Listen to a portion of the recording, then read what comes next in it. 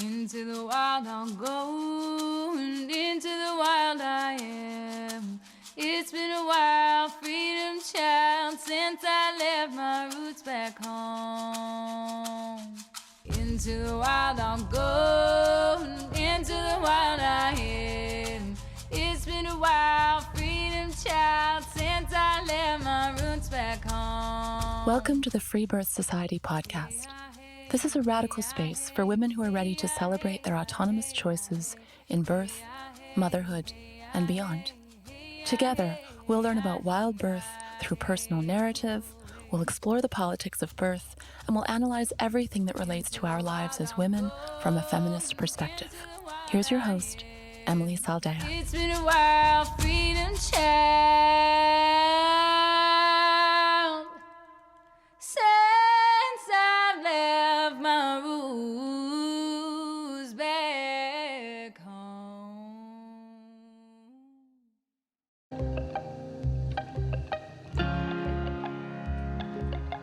Is birth work your calling?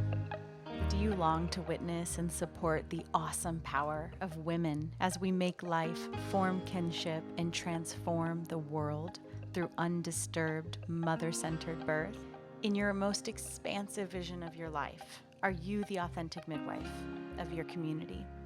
Walking in total grace, reciprocity, and trust with women through the sacred portal of pregnancy and birth.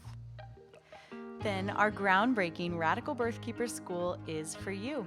It's an immersive and intensive, fast-paced live program in all things authentic midwifery and self-mastery that will give you the blueprint and guidance to launch a life-altering, world-shaking radical birth brand and business. Think birth business mastermind, life-changing coaching intensive, deep dive into all things birth, step-by-step roadmap for serving women authentically, and the wise woman initiation that you have been dreaming of, all rolled into one epic program that will change your entire life. It is time to become the lighthouse that guides women home to themselves. Head over to radicalbirthkeeperschool.com and grab your spot, because we are enrolling now and we always sell out. Say yes to your calling and join us in this revolution of bringing birth back home. www.radicalbirthkeeperschool.com.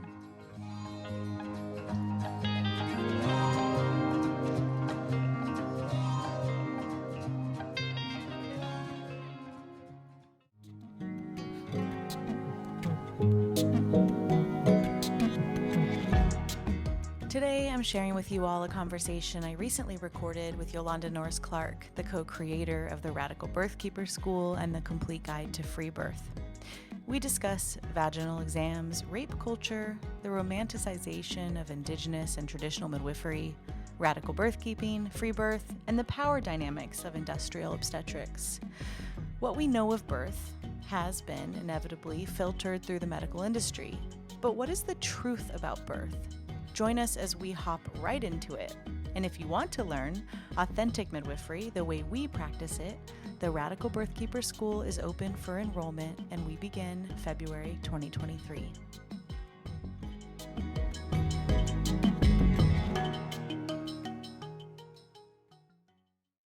What is authentic midwifery? I mean, what I observe in the world is that licensed midwives are practicing industrial medical midwifery, and so-called independent midwives are practicing industrial medical midwifery, and indigenous midwives in jungles are practicing industrial medical midwifery. And our entire cultural frame for what a gentle, beautiful, physiological, natural birth looks like is inevitably filtered through the lens of the industrial medical approach, because there are just hardly any people in the world who've ever witnessed or experienced what birth actually can be if people are not sabotaging it, interfering with it, abusing mothers and babies during it, managing it. Right. And all of that completely shifts the dynamic, whether it's this, I mean, it's actually very hard to talk about this. It's very difficult to kind of capture a way of describing this, because the very idea of what it means to interfere in birth, to hurt women. I mean, we've been so conditioned in this culture to not only submit to, but to seek out harm that we've been taught over generations, not just in our own lives, is beneficial. I mean, this whole conversation around vaginal exams and just people invading women. Like, what's so fascinating to me is that almost any woman would agree that to have another person put their hands inside her vagina while she's in the birth process is absolutely excruciating. And yet we've been so entrained to this story to ask for it. To believe that this is like something that needs to be done in our births, and also that act specifically, but a multitude of others that are similar to it. That act is given the weight of a successful birth. Like, there are so many stories out there that some of the crunchiest midwives around are sharing, where the fulcrum of the birth, the turning point of the birth, the thing that's made the birth successful, is the fact that the midwife has violated the mother's vagina. And so I guess like a devil's advocate question would be, if the mother's asking for it, is it violation? Right. And I mean, we talked about this a moment ago before we started recording, but this is the argument that rapists make. And rape is the foundation of industrial obstetrics. This is rape culture. This is what rape is. Rape is the argument. We are so normalized to accept things like nonsensical internal exams that everyone knows provides no benefit to mother baby, provides no scientific or is not based in any sort of real science.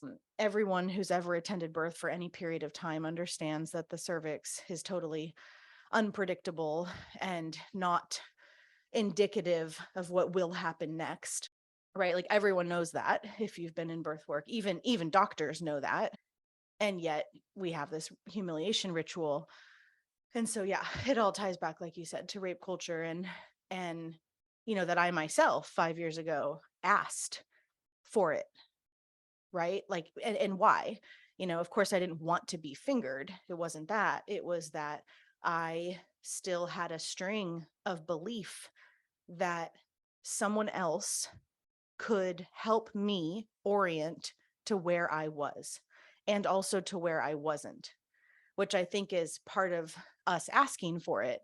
Those of you who have, obviously you have not, Yolande, although I guess you've asked your husband to do it in a very obviously non-medical kind of playful marriage way, which is, distinct. But anyway, yeah, we're going off on a tangent, but I mean, that's a funny kind of example. And I think that actually illustrates and reconfirms this idea that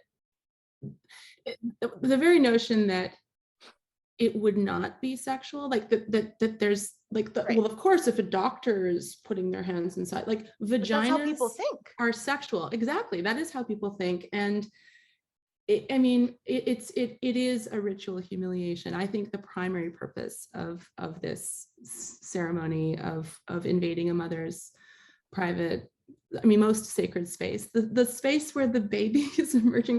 The whole thing is completely insane. It is for the purposes of reinforcing the hierarchical power structure and ensuring that the mother knows that she really doesn't have the primary relationship with her body, that she doesn't have authority in this space, that she can't know her body. Someone else needs to enter her body and assess and tell her what's going on. And, and it clarifies you're on our turf now. Yeah. Right. Absolutely. Like the first thing that happens when a woman comes into the system, in birth, is she gets fingered. She gets assessed internally. And what the person who does that decides determines the next steps. It's interesting to note too that a lot of the procedures that have been standardized in the industrial allopathic realm are replicated over and over and over again by licensed midwives, regulated midwives, independent midwives, renegade midwives, indigenous midwives. This is all happening in every one of these spheres. And I was actually having a conversation recently with one of our really wonderful graduates of the RBK school. And this is actually a woman, we've had so many really amazing women come through the program, and such interesting women with backgrounds like, women who've been trained as obstetricians, women who've worked as licensed nurses in the system. And we've had quite a number of regulated, trained, licensed midwives who've come into the program as a part of their unraveling of their experience of working within the system. And this one woman who trained as a kind of official midwife, there's so many different versions of it, but she was saying that in her training, which was quite alternative in the scheme of things, she was taught by her mentor or teacher that there are trigger points, that there are acupressure points, there are acupressure trigger points on the surface of the cervix. And that as a holistic spiritual midwife, it's really important that we know those trigger points so that we can trigger the birth if it's necessary. We can go in there and we can manipulate the mother's cervix and we can make it open and conjure the birth from this manual intervention, which is so fascinating to me, because what it really shows is that there's always going to be some kind of bullshit justification, and that the justification for invading a mother's body and violating her body and essentially performing a rape gesture in the system is just as ridiculous. Like the idea that, oh, well, we need to assess the dilate, or we need to, peel away the cervical lip so that your baby can come out.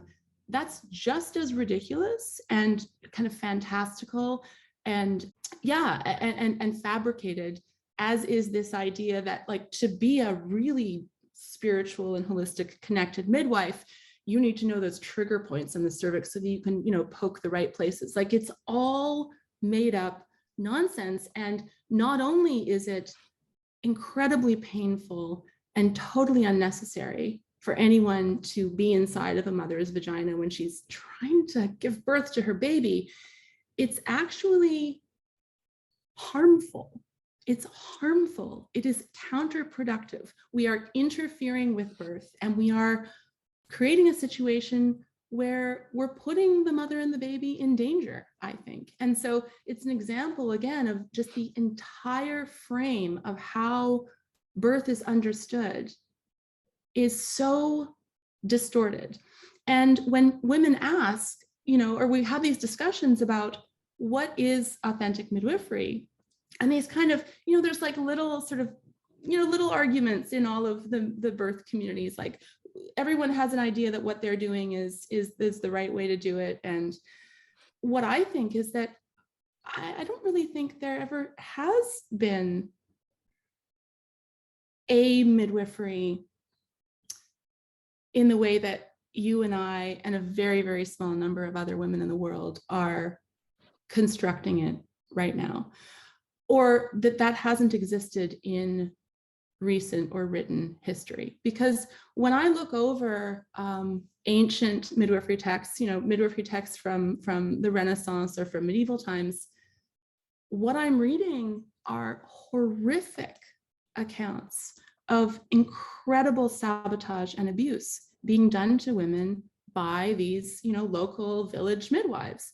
And I'm hearing and seeing the same sorts of stories being recounted by women who are involved in, existing indigenous midwifery communities today. It just, I think we actually really are entering into a period of quite enormous revolution and revelation, even in terms of how our bodies work. And this is so connected to the self-healing movement and this understanding that our bodies actually just work really, really well. And all of this stuff that we are applying to birth and to the healing of dis-ease is far more embedded, deeply, deeply embedded in an allopathic perspective than we really understand, I think, as a culture and individuals too. Right, because anything trying to fix or save is rooted in that consciousness, which you're saying so many historical midwifery accounts. And as you say in this course that we're now including with the RBK school, I wish I had the line pulled up because it's great. You say something like, I'm not pretending that all their practices were helpful or great, but at least they were independent. You say it better than that, but I love that line because, right, at least they were independent. And we know that women, and let's say the birth community, have this kind of funny romanticization of historical midwifery. And what you're referencing is that you haven't actually found all these texts of what we would say is authentic midwifery, of this consciousness of spontaneous healing in alignment with physiological birth, all of the stuff that we talk about in the school and the way in which we practice midwifery, that you haven't been able to find all of this historical midwifery proof that that is how it used to be practiced. But that's certainly the notion that women, midwives, doulas have just made up, as far as I know. I feel like we'd know about these books if they existed, which kind of leads us to one of the basic points we wanted to explore today, which was you and I, behind closed doors, are very frequently having this conversation around this idea of two types or two, I don't know if we'd call them stages, or maybe we'll just call them types, two different consciousnesses, and that there's a tremendous amount of confusion around these consciousnesses.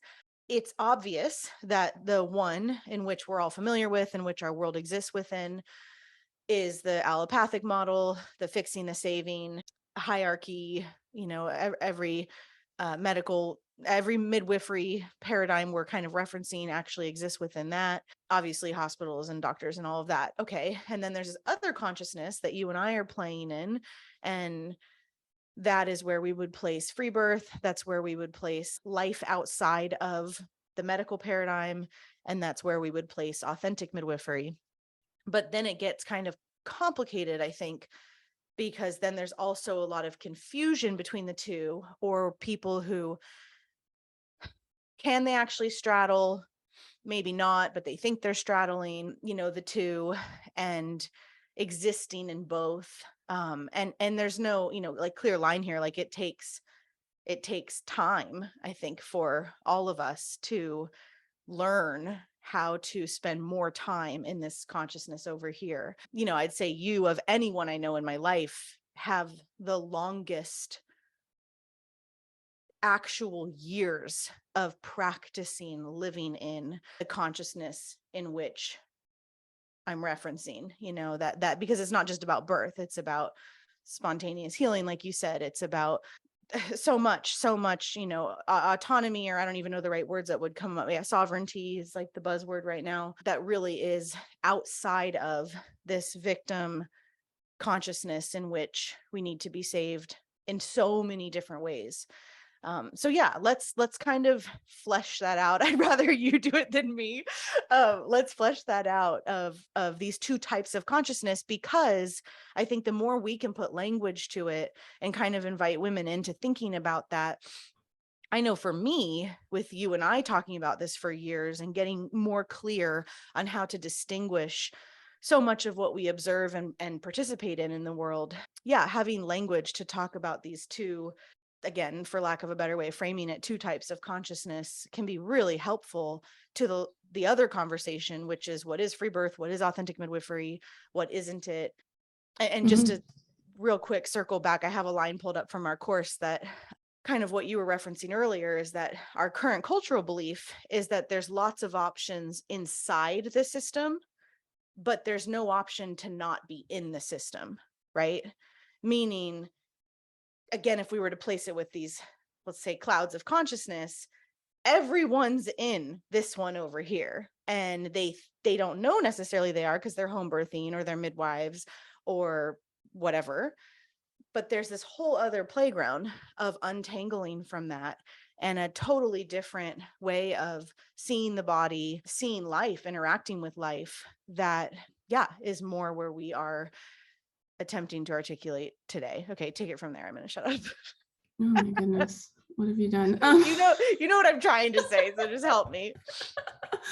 Well, yes, I do think that it's incredibly important to be continuously talking about this and maybe ineptly searching for ways to describe these distinctions, especially because, you know as well as I do that, we're constantly coming across very well-meaning birth keepers and midwives who will say things like, I just attended the most beautiful, physiological, spontaneous birth. It was wonderful. And we go, oh, amazing, tell us more. And they proceed to describe an absolutely mind-bogglingly horrific scenario in which the mother is being pressured and coerced and bothered and the whole thing, right? So I think it's very interesting. And this really comes back to exactly what you're saying, this idea that, it's funny to me actually that there's so much discussion around free birth versus attended birth and what the distinctions are. And there's I even come across sometimes this note, but we've received this kind of criticism, actually, you and I, in terms of the school, like, I thought they were free birth advocates, and what are they doing now creating a midwifery school? And it's like, guys, you're not getting it. We're actually talking about what birth really is and what birth can be. And very few people recognize that birth is just normal. It's just a normal, spontaneous biological unfolding, and that every single situation and event in our lives can be fatal. And there's nothing more complicated about birth than any of the other. I came across someone shared the other day a meme, and it was something about, if our culture decided that, babies needed to go to walking school starting at 3 months old, and they needed to be, taught how to walk, within a couple of generations, we'd have a world where, like, people didn't know how to walk and walking was totally dysfunctional. And I think that's actually a very accurate example of what's been done to birth. We have all been entrained and conditioned to, it's unacceptable. It's people cannot wrap their minds around this idea. It's almost that funny though. Just can work. It is funny, but it's also, I think it's also a testament to how programmable we are. Totally. It's amazing. We are living creatures, and this idea that we're incapable of giving birth to ourselves it's a form of madness. It is a form of large-scale cultural madness. That we as a people have been so, I don't even know the right word, like you said, brainwashed to go so far against our instincts. I was listening to a podcast recently on Joe Rogan with a trauma addiction therapist, and he was talking about how he was born in a Jewish family under Nazi regime. So, unbearably stressful and scary. And his mother gave birth in a kind of ward clinic place. And she writes him when he's just a couple hours old. There's a letter he has, and he shares it on the podcast. And it says something like, "My dear, son, you're laying in the bassinet next to me crying, and I know you're hungry, but the doctor said you're not due for your next bottle for 2 more hours. And this is so hard to watch, but I'll, feed you in 2 hours." And so he goes on to talk about essentially the willingness to betray your own instincts, just from this lens of, fascination, really, that it is fascinating, that we as mothers are so willing to hurt our children, and to separate from them and to shoot them up with stuff we don't understand. And just, wow, what does that say about everything you just said about where we're at and how programmable it all is, because there are very clear biological instincts and acts, and events. When you say this, Emilee, what actually comes to mind is that I think what we're dealing with, the state of birth, illustrates a combination of profound instinct injury, which is such an amazing term that Sister Morningstar coined, combined with immense spiritual fracture. Because what's really missing in all these conversations around birth, or many of them, is that birth is not just a physiological, biological event. It's also the most potent experience of spiritual connection to God that's available to any of us. And this is what I'm talking about in my program Portal that I just released. But also, given how integrated birth is in terms of the physical and the spiritual, I think this goes back to the observation that both you and I have had, that there is a very significant purpose to destroying birth on a cultural level and in terms of the individual. It really does create a population that is very effectively docile and disciplined to submit to whatever it is. I mean, that story of the Jewish mother and her baby, I mean, yes, I can imagine, because this is what we see every single day, and this is what we hear every single day, and this is what birth has become. We're just completely, as a society, divorced from what birth even is. I had a client years ago when I was still a doula who had a pretty great birth at a birth center, pretty straightforward, came home. I left, had her first night with the baby. Next day I call her and I say, how did last night go? And she said, "Oh, it was just terrible. The baby cried all night." And I said, "Oh my goodness, what was going on?" And she said, "Well, I mean, he was in the other room and in the crib, and I just laid there in my bed, crying because he just wouldn't sleep." And I'll never forget her, because I was like, that's actual insanity. You just had this normal-ish, I mean, she went in a car, she had a birth center birth, but like on the scale of interventions, fairly minimal. Has this birth, feels good about it, comes home same day, and then abandons her child all night and is in stress. It wasn't like it was nothing, she said it was horrible. She stayed up all night crying. I mean, what a bizarre thing to do. Very strange. Yeah, I mean, our whole perspective, our entire philosophy is, it's so simple, and the simplicity of it is what the simplicity of it is what is like it's a glitch for most people. Like the people just can't understand. You can just allow birth to work, and that you have reverence for it, and you protect mothers by not bugging them and messing with them and screwing with their bodies, and then you just pick your baby and you just pick your baby up. It's so our approach to birth and our perspective and our philosophy of authentic midwifery is immensely conservative. It's immensely simple. It's immensely straightforward. It has an internal logic that I don't really think can be argued with.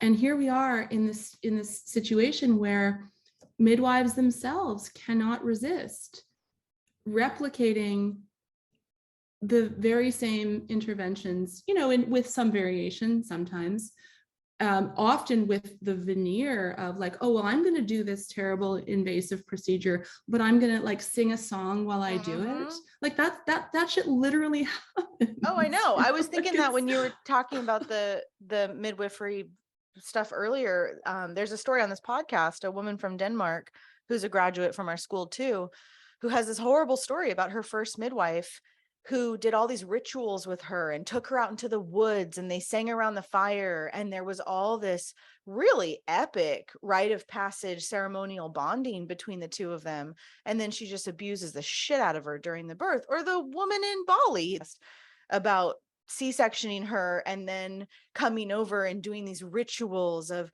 pretending the baby came out of her yoni and being there for her as she, repairs it's so sick. It's so sick and frequent. I mean, I hear these stories, often.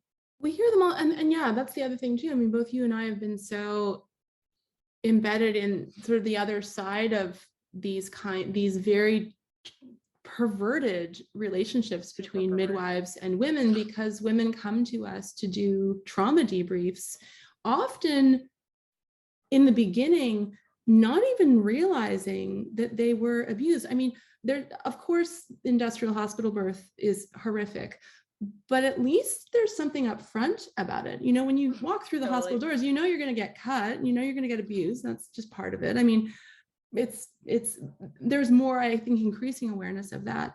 But the whole midwifery grooming experience that so many women go through is really, it's painful. It's very painful, and it's incredibly psychologically damaging, because you're told you're going to get one thing and you're treated with what seems like love and reverence and sisterhood, exactly. And then either all of that goes away, or that the surface level of that remains while the midwife is doing all these things that are painful and horrific and damaging and counterproductive and harmful to mothers and babies during birth. I mean, it's really awful. And I understand fully that those midwives are also replicating the kind of grooming and abuse that they themselves received in their own births, that they have been trained to truly believe that what they're doing to mothers is necessary and excusable because of the sort of spiritual vibes that they're giving out while doing this stuff. But I think the time has come, actually, to really speak to all of this honestly and openly, and to actively share the truth about birth, which is that all of this stuff, for the most part, can be prevented. All of the situations that are called complications and emergencies very often can be simply prevented, and birth just can work. Birth just can.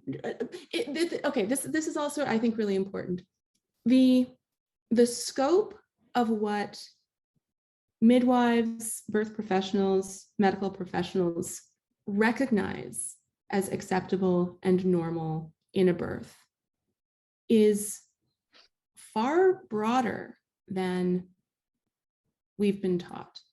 There's babies are more resilient than we've been taught, even though at the same time, the fact that so many babies survive industrial birth, I think, is evidence of how incredibly resilient we really are. But that's another one of the sort of reversals that is so embedded in our system that we're not able to see it. Like, it's hidden in plain sight, right? Like, what we see as a culture is, oh my goodness, babies are so delicate, and that's why we have to cut mothers and rip babies out and cut their umbilical cords within seconds and, remove, separate them from their mothers, when it's the opposite.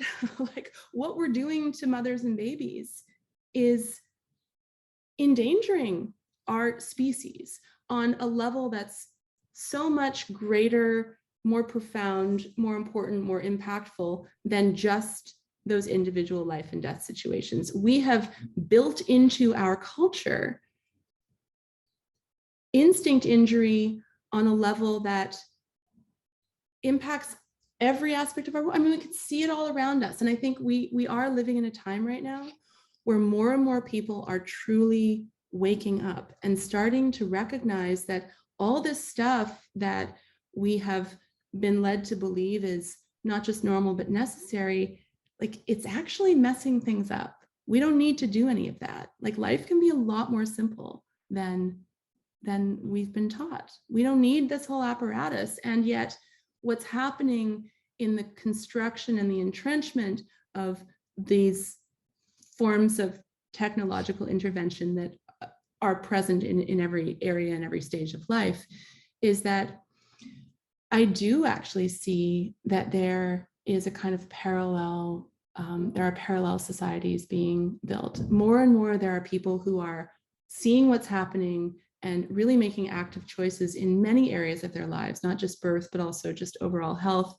to extricate themselves from these systems, and to really reclaim their humanity, which I think is what this is about ultimately, while the technocratic machine, on the other hand, just keeps ramping things up and moving society towards, I think, what the intention really is, a transhumanist future. Totally. So this pretty conversation obvious. Is so much more than birth. Totally. Yes. Yeah. And I think the longer that I'm in the world of birth happening outside of the medical paradigm, the more confident I am to speak about what I'm seeing, which is, I'm not seeing anything go wrong. I'm not seeing hemorrhages. I'm not hearing about hemorrhages. Of course, some babies will still be born not alive. There's no mammal who's eradicated stillbirth. And I say this like with a lot of sensitivity and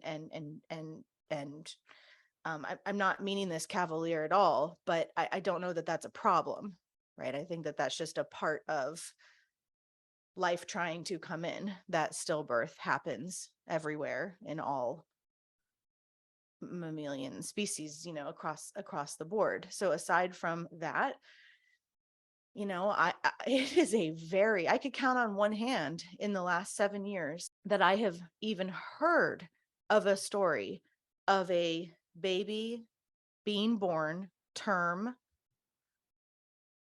that needed true medical support.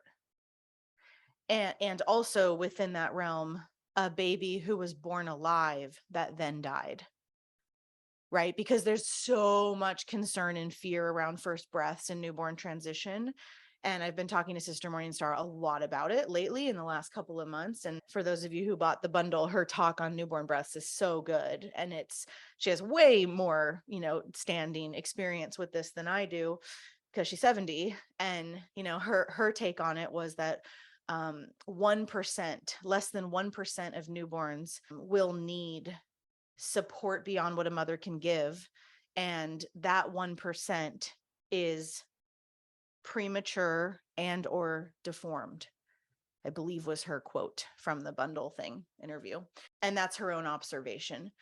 And yeah, I've been thinking a lot about that because, when I first got into the Freebirth stuff, there was so much, what about this? And what about this? And that's so irresponsible. And it took me a while. Like, I had been attending births very quietly and privately, not talking about it to anyone other than my husband, for a couple of years, but that's like a pretty small sample size of the experience. And now, having interviewed thousands of women, coached thousands of women, being in, these memberships with, hundreds of women who are choosing this, and I have a much broader framework of reality.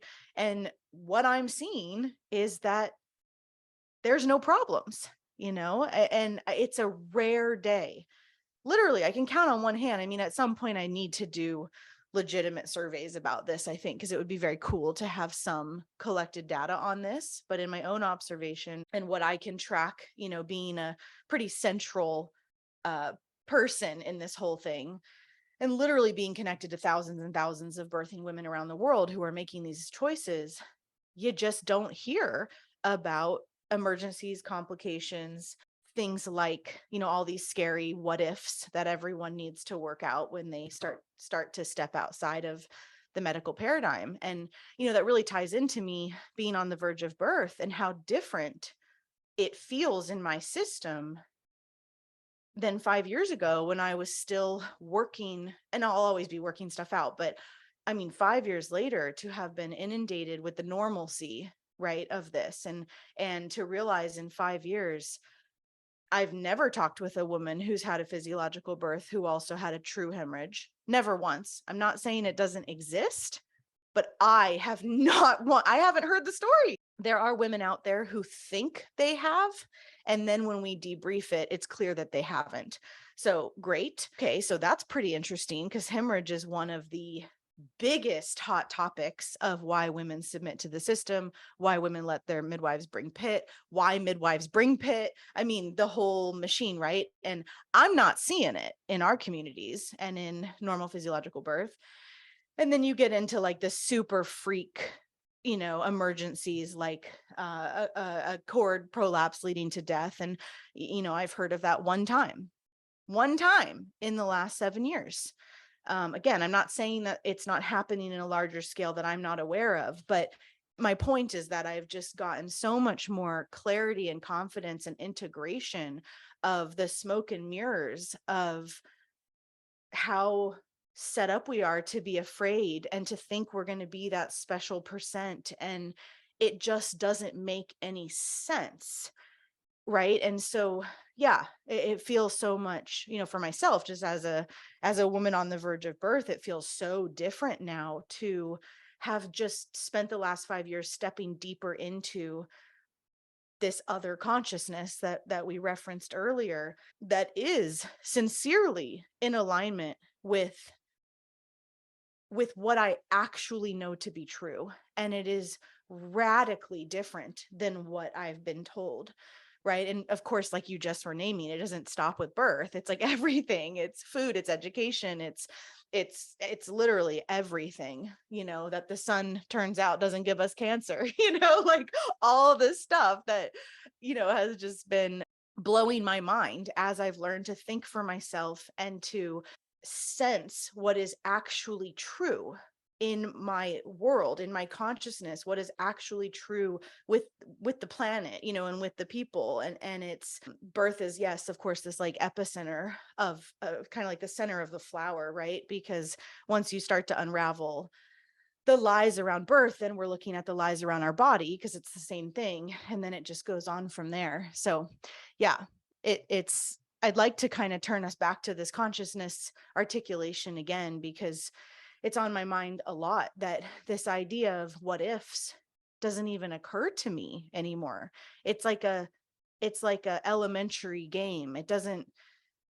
It's not even a part of the way I think, and it is very much so the main layer of questions you and I get, what if emergencies, what if, for women who are going to have DIY births. It's something I'm, of course, happy to talk about, but the way in which I talk about it and my confidence and true understanding has changed with so much clarity, Yeah. Yeah, exactly. I mean, it's not, as you said, it's just not even part of my, right. It's not part of my world. Like, I don't live in that world at all. Like, what if what? Like, what if, I don't know. What if a freak thing happens? Yeah. I mean, what if a plane crashes into my house? Like we could sit here and argue that it is possible. Okay. Well, yeah. I mean, goes on. Those kinds of scenarios for me are as likely and relevant as like, oh my gosh, what if your baby's, I don't know, like, what if anything at any point. Like, birth to me is so much more so much safer, so much more predictable, so much more secure than like just the stuff I have to do today running errands. Like, oh my, there's like motorcycles everywhere. Right. You're interacting with like thousands of different karmas and totally. Whereas this is just like you and your baby. Like I'm just giving birth. It's so simple. In your own home. Yeah, exactly. Totally. And I see so many, and this is a big part of what the sort of problem that we are solving in the school is that it's also completely reasonable that a first-time mother feels this sense of anticipation, moments of fear, and really wants the support of a wise woman to guide her. That's very aligned, I think, with our biology. I think it makes sense that any kind of rite of passage, any transformational significant experience, and birth is incredibly significant. I mean, I talk about this all the time, but birth is on one hand the most straightforward, normal thing, like day in the life, as well as being the most transformational, precious, incredible experience of our lives. It's almost like you're saying that a woman who is, and this is what our program does, is like deeper integrated into this consciousness, is there to guide the newer women, right? Absolutely. Like that's kind of a cool way to frame it, because that's so much of what our school is to help women understand how to spend more time in this liberation consciousness, so that when women desire that kind of guidance and support and coaching and education and all of that, that's where we're taking women. Right? I think that's true. Yeah. I mean, I see my role when I work with one-on-one with mothers is to really offer a foundation of support so that I can witness their own unraveling of all of these ideas and to guide them to get to a place where they feel like their birth is exciting and wonderful, and they're not, caught up in all of these stories and cultural artifacts, which actually is what I think most of these fears and what ifs are all about. They're not rooted in, anything that's actually real, unless you are continuing into that whole system where it then actually becomes real because it's created by the system, right? The what ifs are made manifest by the standard procedures and operations of the system. Like it's a perfect system. It require it, exactly. And that's also something that is very challenging for people to wrap their minds around. This whole idea that industrial obstetrics is the thing that saved humanity. Like that is such a core program in this culture. And I mean, it's hard to argue this, and I don't spend any time arguing with people who are like, well, what about in the like 1600s when everyone died in childbirth? Like the fact is, no one knows anything. We don't know anything. What I know is that birth absolutely works beautifully when it's not being messed with and sabotaged. And yeah, like you said, I've been in this world for 20 years, and I see so many problems, complications, emergencies among women who are putting themselves into that context, into the industrial realm, whether it's the industrial realm being brought into their homes or they're leaving their homes to go to birth centers and hospitals. Yeah, there are a ton of stories. I mean, there are almost no stories of none of that not happening in those kinds of situations. But we are in these communities where women are actually reclaiming their bodies and are actively. It's going pretty well. It's going really, really well. Yeah. And it's so exciting. We have so much time now to track it. I mean, really, like, wow, Freebirth Society is coming up on its 6th year. So that's a long time. And then soon it'll be 16 years, to track for myself. You've got more time in it. Sister Morningstar has that quote, you don't see the forest floor covered in dead primates. You just don't, right? It's not, birth is happening all the time. And if it was so dangerous, we would see a lot of dead animals. Yeah. I have in my private community, there was a woman who joined about 6 months ago, and she was in her early pregnancy, and I had a session with her, and it was just so interesting and so refreshing to chat with her. She was in her 20s, her first pregnancy, and she just said, I don't really have any concerns, and I just feel like my birth is going to go really well, and it's just going to be me and my partner, and I'm just really excited, and I think it'll be great. And a week ago, she gave birth to her daughter, and she shared a photograph of herself just like naked, covered in blood, holding her little baby. And that's what it was. And, she received some support in our communities. And I think these kinds of spaces are important for that reason. But ultimately, she just knew that this was just birth, and it just happened, and she just did it.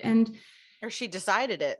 She decided it. Yeah, she did. Yeah. She really did. She just, it's something that even this idea of like, well, we have to actively, it's just ours. It's totally just ours to claim.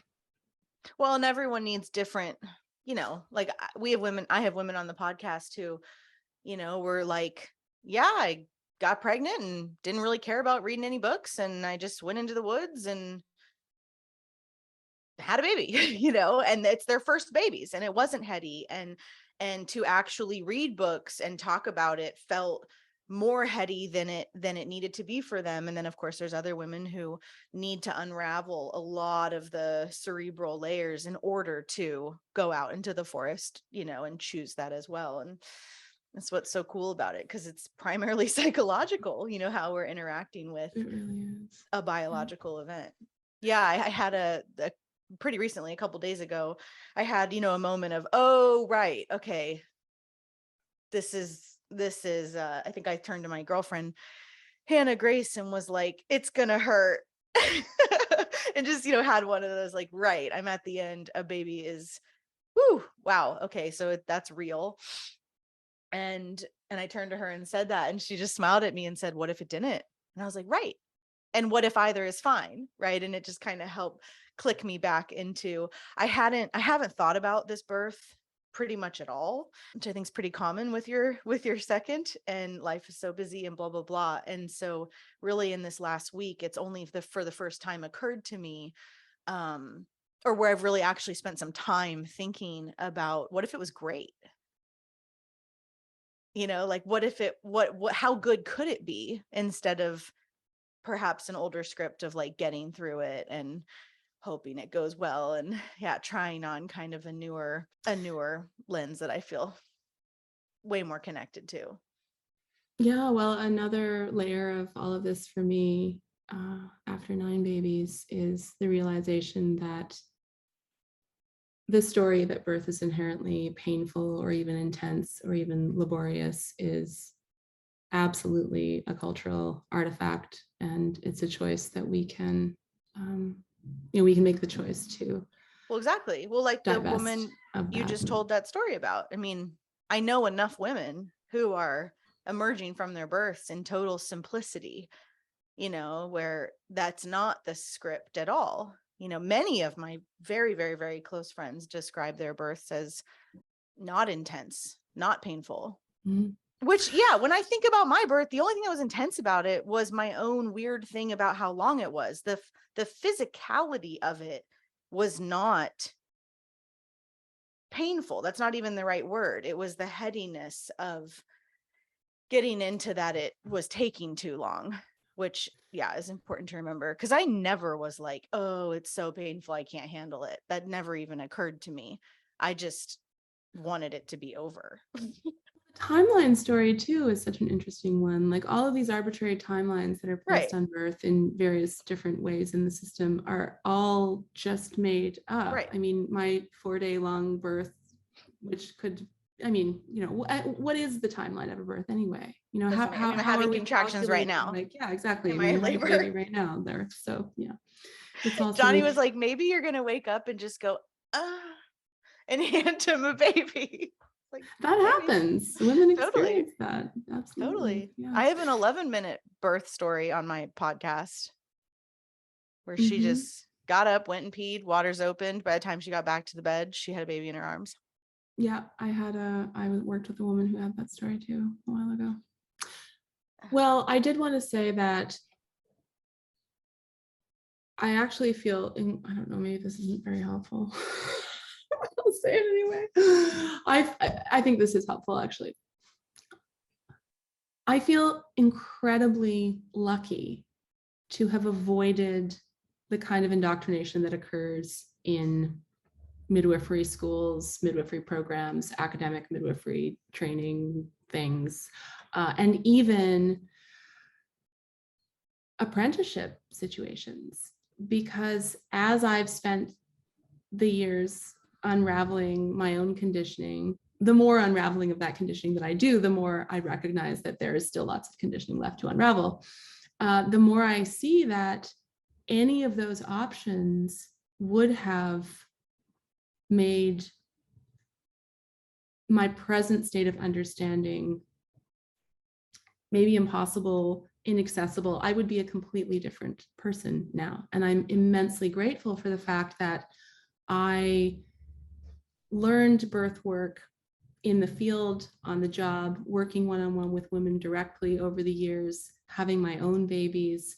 And I see now, and this is a big reason that you and I started the school, there are no other options available for women to learn birth from the perspective that women really own their bodies, that our bodies actually function, that the body is wise, that there are many, many ways to sabotage and destroy birth, and really only one way to properly support it. And there's lots of nuances in that, but birth is what it is. And very few people actually understand how birth works, what it's for, what it can be, what's available to us through birth. And that, this is one of the reasons I'm so incredibly proud of the Radical Birthkeeper School, because it is absolutely unique. There is no one else who's approaching birth from the perspective that we do. And for most women, especially women who've trained as doulas, who've already been in the birth world, who are, coming from regulated midwifery or industrial obstetrics, as many of our students have been, the most important piece is in unraveling and unpacking how we have been programmed, and then really recreating our consciousness from the ground up, from this foundational perspective that birth is ours and it works, because so few people really get it. It just doesn't exist that it's such inside out work, right? It doesn't happen in this like independent vacuum over here where you're also living in chaos and toxic relationships, eating shitty food, taking ibuprofen, every 5 seconds. Like, it's this whole framework of life and of service and of interacting with the two that really create what we're teaching in the Radical Birthkeeper School and how we live. Yeah, absolutely. And what's also so important in being able to bring this work forth into our lives and the lives of the women in our communities is understanding how the political, economic, relational, and physiological dynamics work together. The politics of midwifery is not just, how all of these various certifications function. The politics of midwifery is really the politics of authority and the politics of discipline, and what it actually means to be a sovereign, self-owned person, and how that is at the foundation of actually being in right relationship with the women that we're serving. Mm-hmm. How I think people don't actually understand how authentic service is really possible, because again, we've been so entrained in this model of competition and hierarchy and rivalry, and also giving away our power as mothers, and the belief that we are dependent on someone else, some other institution, a savior, someone to examine our vaginas, whatever, right? It's so embedded. I mean, I think even just the concept of hierarchy deserves so much time, that we don't have today, but to talk about, because pretty much every relationship, until you figure out how not to do it, is rooted in positioning yourself as either above or below them. You're either more or less powerful than them. You feel either more or less powerful than your partner or your mom or your doctor or your midwife or your sister, and so on. And until that's truly processed, like in your own social life, family life, and you can understand how that plays out in every single relationship dynamic in our lives, I think it makes, how do I say it, like, you can't do it in birth until you've done it in every personal relationship, right? So there's so much cool stuff to talk about, which obviously we talk about in the school, of what does this concept even mean? It's not just a buzzword, but this non-hierarchical midwifery support is one of the things that lights us up the most, because we've both, in our own ways, figured out how to do it and figured out how to show up with women in these really integral or integrity-based self-responsibility. It's just really exciting how birth attending has changed for me as I've figured out how to do that. And then obviously our school is taking it to the next level of how to actually teach it. And I really hear you on the apprenticeship model and the lack of it today. Well, any good one. And yeah, I hear you. I'm also glad I didn't get, I mean, I did have an apprenticeship for medical midwifery, and then obviously moved on from that. But I did see the cost of, I didn't want to speak up because I didn't want to piss her off, and I didn't want to ask too many questions, or what about when stuff didn't feel right? And it wasn't an integrity, dynamic. Plus it was medical midwifery. But, my hope is that the women who are called to this work and this program, and who want mentorship from women who are actually doing this, like you and I, they can learn to be the preceptors. They can learn to be, the mentors to the next generation. And we just have to start somewhere. Yeah. So there's lots of new cool elements to the program. If you're hearing this between October through January of 2022, 2023, then check us out at radicalbirthkeeperschool.com. And we are including a whole new passive course within the program called the Foundations of Authentic Midwifery that we're really proud of and excited about to have provide the foundational understanding of a lot of what we touched on today, and kind of went fast through. And we added an extra class, a weekly workshop to slow down a lot of our teachings and provide more integration. Anyway, I'm excited to see who shows up, as always, and get more authentic midwife consciousness out there in the world.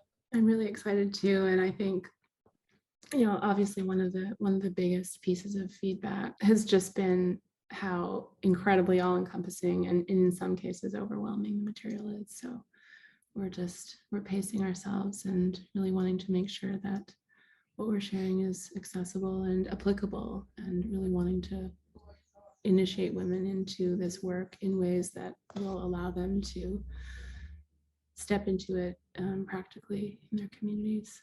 It's really exciting times. It's very exciting. And this is a new paradigm of midwifery. It's not a replication of the old school traditional midwifery of before, which I think that's right, though. All right. Well, okay. Talk to you soon. Thank you. Bye.